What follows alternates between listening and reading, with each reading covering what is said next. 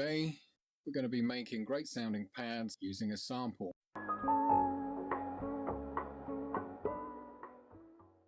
So let's jump right in.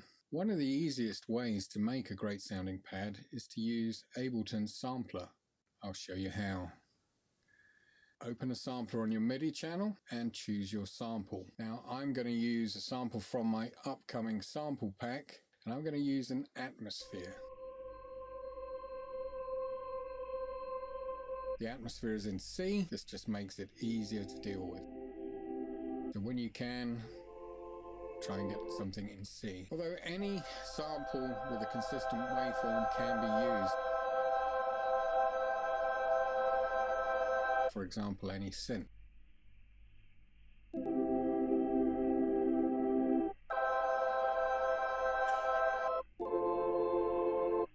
Now we need to determine the loop we're going to use. This can take some time. And then we're going to go into the filter and change the attack and release to make it a pad. We do this in the filter section. We're just going to adjust the attack and release. Yep, that sounds like a pad.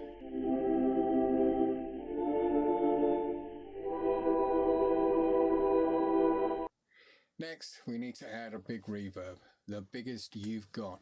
Now I'm using Valhalla Supermassive. I use it on all my pads that I make this way. Plus it's free. I'll put a link in the description below.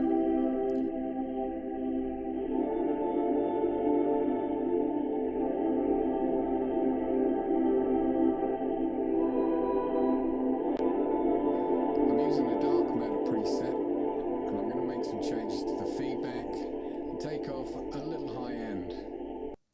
Then finally, add a further EQ. Take some more of that low end off.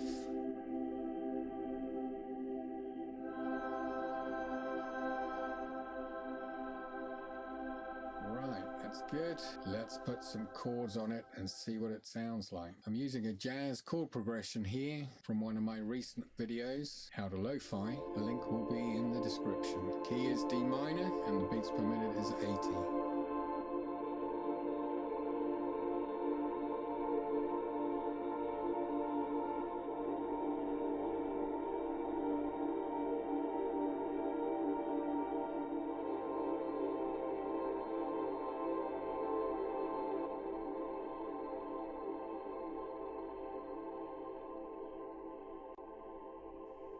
Okay, that sounded pretty good so far, but I want a bit more depth, so we're going to duplicate this. Again, I'm adding a reverb, although this time I'm going to use a different preset to get some movement between the two parts.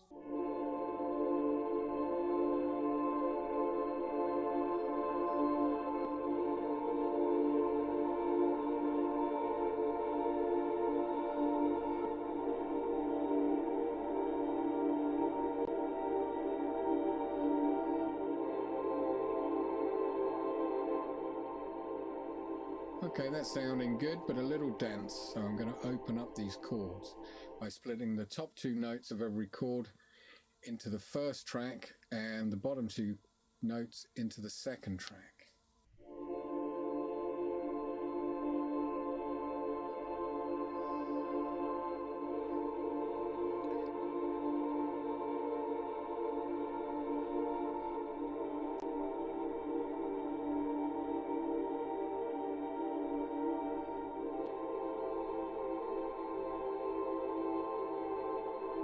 Sounding better every time. But I want it to feel like it's covering more ground in the mix, but without getting in the way of any of the core elements. So what I'm going to do is split the notes in both of these over different octaves.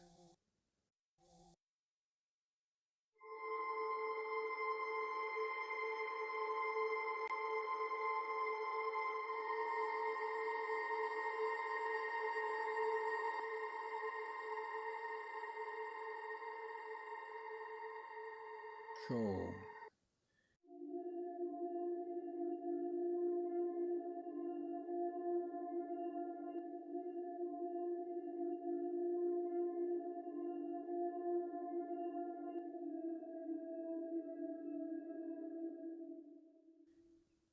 let's add the original sample. I'm going to leave this in the key of C as it's the 7th interval of the D minor scale. It'll fit nicely, I think.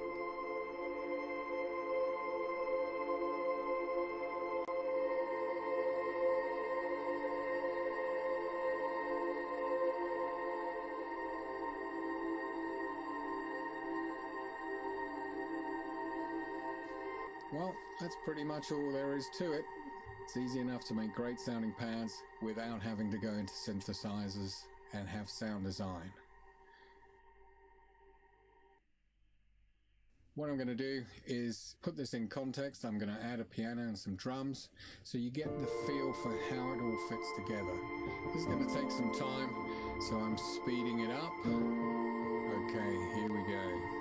So don't forget to like and subscribe for more how-to guides. Plus, there's lots of free stuff. And if you want more in-depth tutorials, please subscribe to my Patreon page in the description below. Just remains for me to say thank you and see you next time.